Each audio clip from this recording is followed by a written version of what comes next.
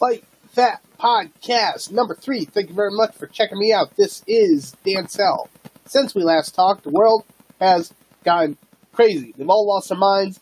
It's going bananas, and I don't like it. You know, every time somebody near you has the sniffles, you're looking at them side-eyed like you're gonna break out the hazmat suit. I don't have a hazmat suit. I would have fit in a hazmat suit, but my whole game plan for this whole Wuhan coronavirus is to do what I do with most of my life issues, such as, tragedy, jury summons, child support bills. Just ignore it, okay? In this little circle here, Wuhan doesn't even exist. Tom Hanks, happy, healthy. Yeah, just ignore it. I'm sure you'll be fine. Just, get a glass of water, eat a sandwich, and turn off the news. Go watch some SpongeBob. But don't watch the episode where he gets the suds. That might freak you out a little bit. But first things first. Weili Zhang. Weili Zhang. Text me from your Huawei phone and Joanna Jacek. Yunjacek? Text me or call me once you get your whole forehead situation cleared out there. Fight of the week. Usually I do this last. I'm doing it first this time. Fight of the week. Joanna versus Weili, UFC 248. 115-pound female strawweight championship. That was what I was expecting Yoel versus Israel to be.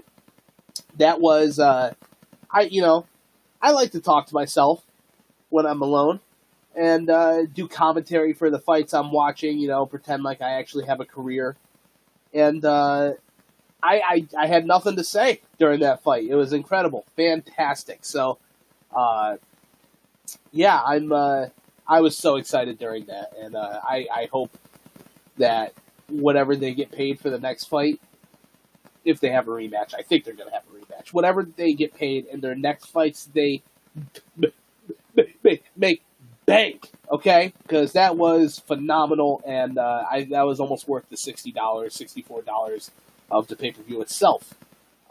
Not worth the $64 of the pay-per-view itself was the main event, the 185.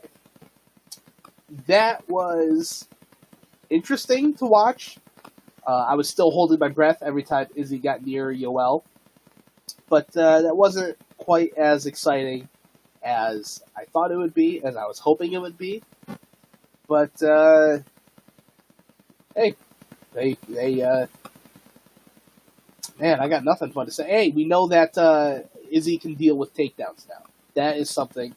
I don't want him fighting John Jones anytime soon, maybe ever. But people were wondering, could he deal with John Jones wrestling? He could deal with Yoel's, so there's certainly that for him. I wish I had sort of been given the easy hand in life and just been born white, Caucasian, but my racial ambiguity sometimes works for me, okay? Because if Izzy won that, I could have done what I usually do, walk around like a black man, saying black things, going to jails, looking for my dad, going to the hood, playing Where's Jamal, right? But, I'm so light-skinned and sort of, have odd features that if Yoel won, I could have trimmed my mustache, cut my hair down, and started pretending I was Mexican or Cuban. Started speaking like you were, I love you, see you soon, boy, no gay Jesus. Yeah, I could have done that one, but, yeah. Started saying foo. What you say? I say? Maybe I'm not good at the whole Spanish thing, but I could pass as Hispanic. I get accused of being pretty much everything other than Asian. But I get accused of being Middle Eastern. People think that I'm Puerto Rican, Mexican, black sometimes. Samoan is the most common one. They say I look like Gibraltar from Apex Legends or Maui from Moana. So, yeah. I don't remember what my point was. I was saying something, I'm sure. Israel Adesanya defended successfully his middleweight championship against Yoel. What the heck was I talking? I thought I had a point, but hey, you know what? I'm not going to do this over again. So, next order of business. I might get back to I said in my last podcast that Yoel doesn't do much in the first 2 rounds. The first 2 rounds, he did almost nothing. Through I think 4 strikes. And that shot that he landed on Izzy in the first round, I don't think that really hurt him. I think that his finger or his glove caught Izzy in the eye. That's why he was blinking like that. I don't think that was a knockout shot that he got hit with. Well, I mean, that's not true. It probably would have killed me. It would have killed me if it landed. But I'm not a professional fighter. I'm not Israel mother-loving Adesanya, right? So, hey, Yoel, that was your shot. Izzy, I hope your next fight is more exciting. I hope every fight I ever see is more exciting than that, because that was probably the worst championship fight that I've ever seen. But, maybe it was just a chess match that I couldn't even understand. Next, Neil Magny. Pardon me. Every time I go to record, I get stuffed up because I'm nervous and I don't want to be doing this because it's so scary. I don't even know why I have stage fright. Nobody's going to listen to this anyway. I'm talking to an empty room and an empty YouTube channel. But that's okay. That's okay, right? I'll get there eventually. Or I won't. Either way, I got nothing to worry about. Neil Magny versus, oh no, I don't remember how to pronounce his name. It was Li Jingling? Li Jianglang. Oh, I'm currently reading his name, and it doesn't help me pronounce it at all. Li Jingliang is how I'm going to say it. I predicted that Neil was going to lose. Boy, did I sleep on him. He has some talent, cardio, and features I completely underestimated. I don't know if I had ever seen him fight. I don't know if I've ever seen him fight, like, live. But, yeah, impressive performance that I was pleasantly surprised to see. Yeah, overall, it was a good card. Beneil Dariush won in the second round with that knockout. That was pretty impressive.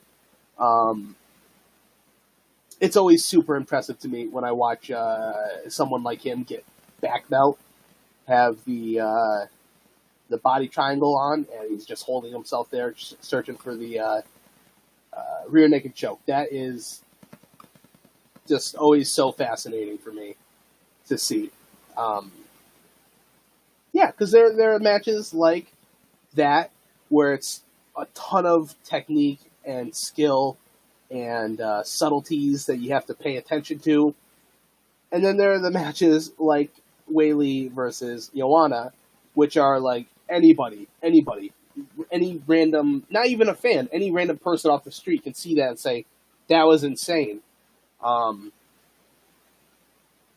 man, that Frankenforehead was scary. But to the best of my knowledge, to the current news, there was no major injuries, and she's going to have surgery on that in Poland soon. So get well soon, Joanna. You lost on the scorecards, but yeah, I don't think anybody's discrediting you for that. You gave it your all. So did Weili. The judges said what they said. Also on the card, Alex Oliveira versus Max Griffin. Alex won by decision. And I think that's all. That's everything. That was all the fights, right? Oh, Sean O'Malley. Sugar Sean O'Malley. He won in the first round against Jose Caceres? Caceres? Caceres? Coke Zero? Jose Coke Zero lost. Yeah, I thought that fight was going to be more competitive, but hey, Sugar Sean O'Malley, he's good. I can't wait to see him fight after, 2 years that he had, been injured and then suspended. But, yeah, welcome back, Sugar Sean. And what's next? What's next is another bantamweight. Cody Garbrandt had to pull out of his fight with Rafael Sunsao. with kidney issues. He's in the hospital right now, I believe. That's unfortunate. I like Cody Garbrandt. He is a very good technical boxer, one of the best in MMA, UFC. I think the best boxers in UFC right now are Jorge Masvidal. He may be the best. He may be the best. Cody Garbrandt probably coming in with a close second there. And I don't know. I think Alexander Gustafsson should be on the list of best boxers in the UFC. I don't know if he's still, on the roster because he retired, but a lot of people retired. John Wayne Park retired a couple months ago, but he's fighting again. So, it happens. There's nothing like the sport. There's nothing like combat sports in general. I understand why people don't want to retire,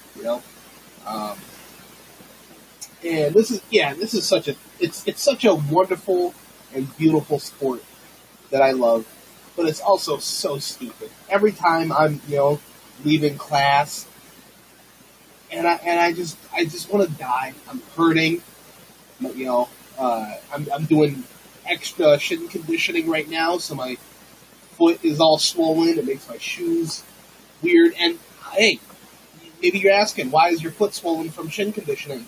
Hey, maybe I did it wrong. Maybe that's what's supposed to happen. I don't know. All I know is that I kick a bag, and the bag say, "Hey, Dantel, please stop kicking me, sir." And I say, "No. No."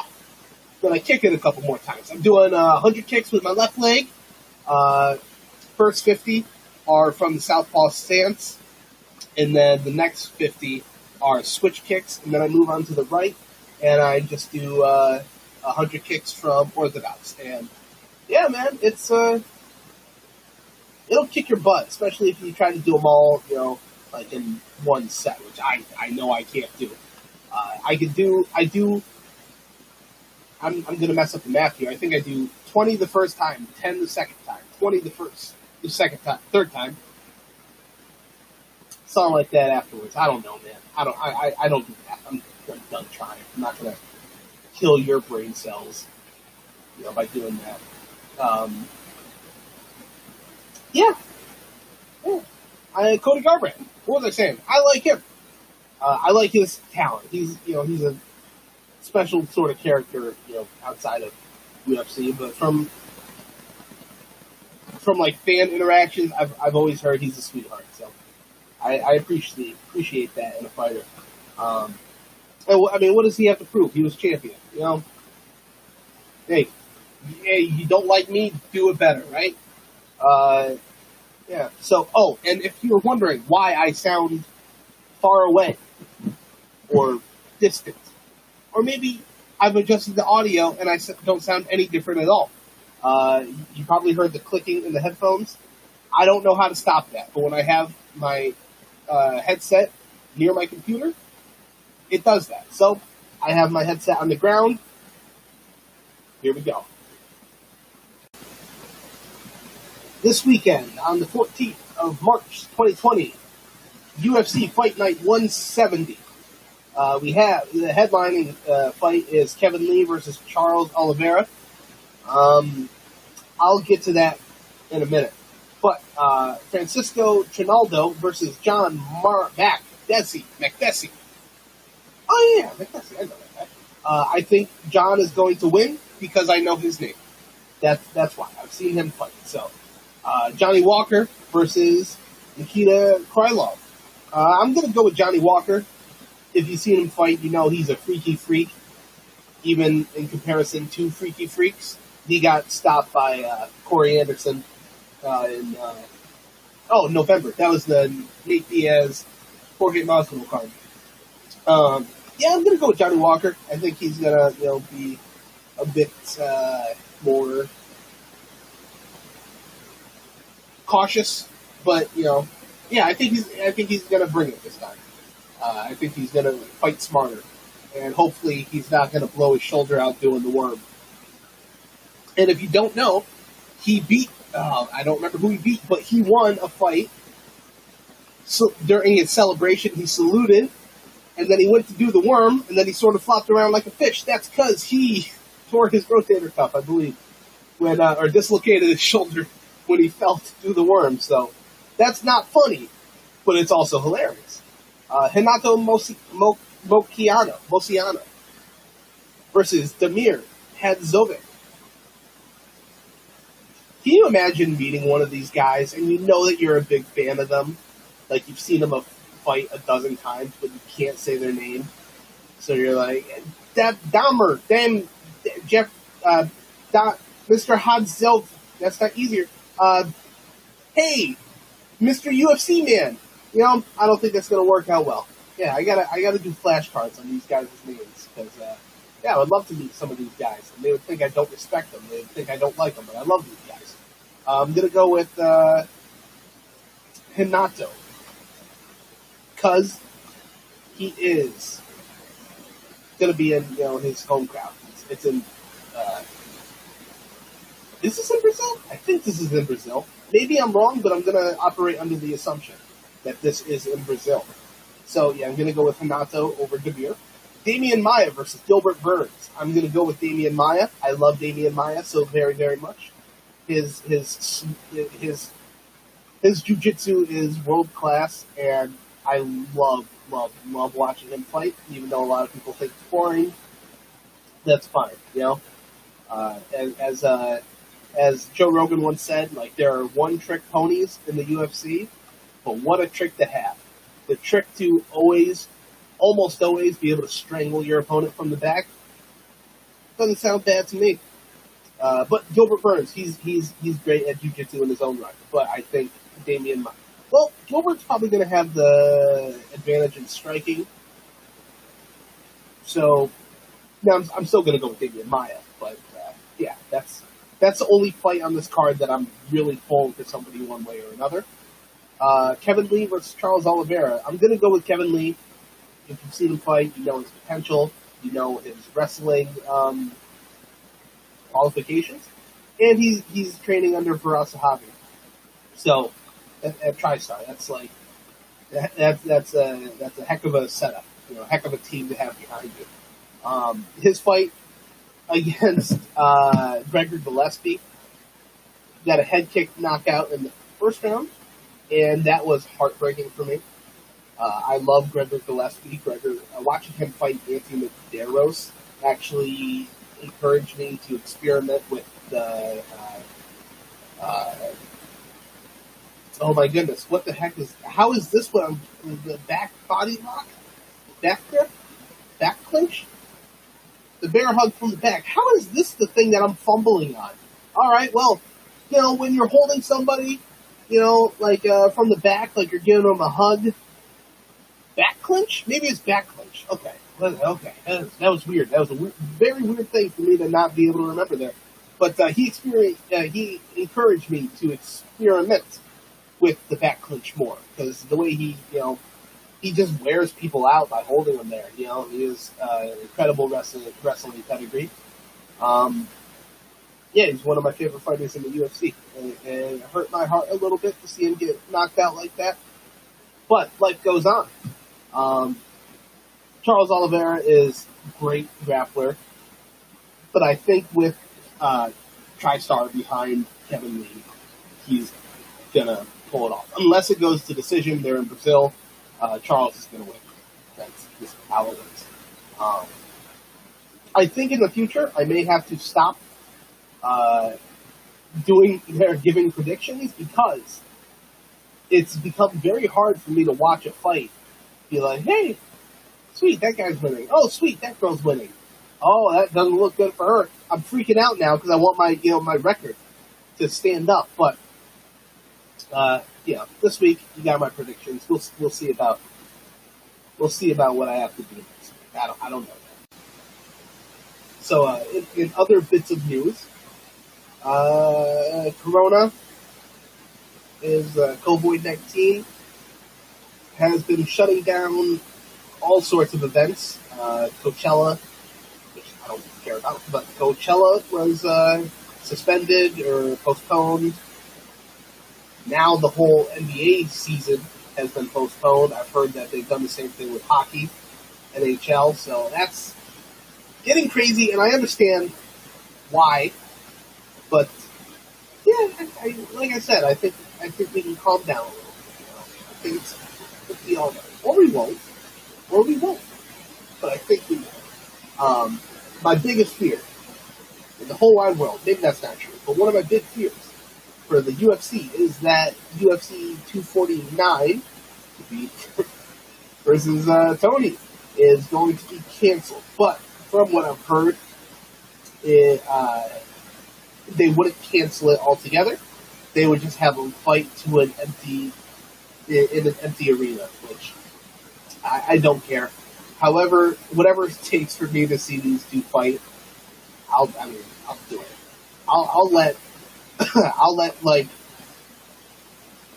let the entire population of Wuhan cough into my mouth as long as I probably won't do that. I hope they don't do that. It'd be weird for them to all congregate in one area for them to do that to me. But I would let that happen. Maybe. If I could see Tony versus Khabib. I just wanted to see them fight so bad. But it's like the most doomed fight. Not only is it the most anticipated fight in MMA history, it's the most doomed. It's just those guys can't catch a break. They work so hard in the training camps, and it's always something with these guys. If it ain't one thing, if it's not a little flu or a broken rib, it's a worldwide pandemic that's killing thousands of people. It's crazy. It's just something doesn't want these. It's the aliens, dude. It's the aliens Tony talked about when he had that little freak out last year. It's those guys. They're trying to stop him from becoming the UFC lightweight champion. And I just want to see the fights. Alien. I'm assuming it's more than one. You can abduct whoever you want. Just let the fight happen first. Please. I beg you.